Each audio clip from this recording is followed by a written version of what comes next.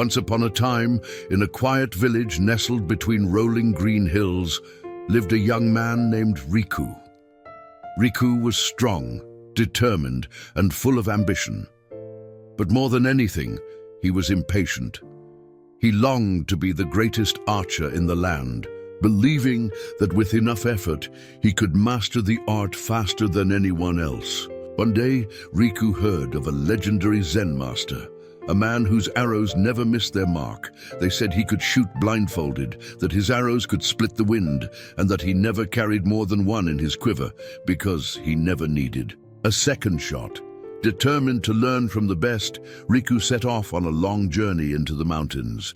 He climbed steep trails, crossed rushing rivers, and pushed through dense forests until, at last, he reached a small hut perched on the edge of a cliff. An old man sat outside, calmly sipping tea, his bow resting beside him. Riku bowed deeply. "Master, I wish to learn archery from you. I will train harder than anyone. How long will it take for me to master it?"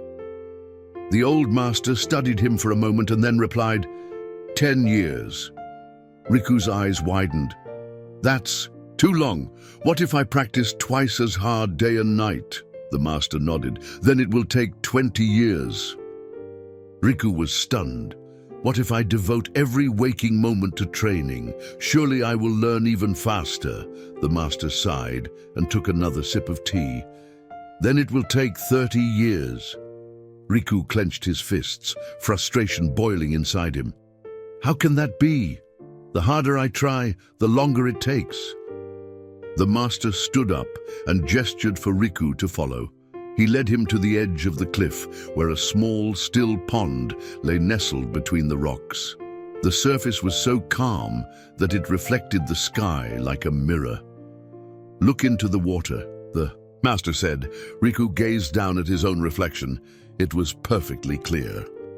"Now," the master instructed, "strike the water with your hand." Riku did as he was told. The moment his hand hit the surface, ripples spread across the pond, distorting his reflection. "Do you see?" the master asked. Riku frowned. "I don't understand." The master smiled. "When the water is still, your image is clear. But when you strike it, the image disappears. The more desperately you chase something, the further away it gets. Skill, like wisdom, is not forced. It flows naturally when the mind is calm." Riku was silent. The lessons settled in his heart like a stone sinking to the bottom of the pond. From that day on, Riku trained not with frantic urgency, but with patience. He focused on his breath, on the way the bowstring felt against his fingers, on the whisper of the wind through the trees. He no longer obsessed over how long it would take. Instead, he became fully present with each shot, each moment.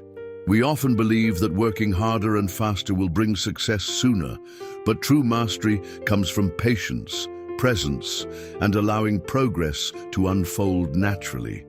The more we chase, the further it seems, but when we trust the process, the goal comes to us.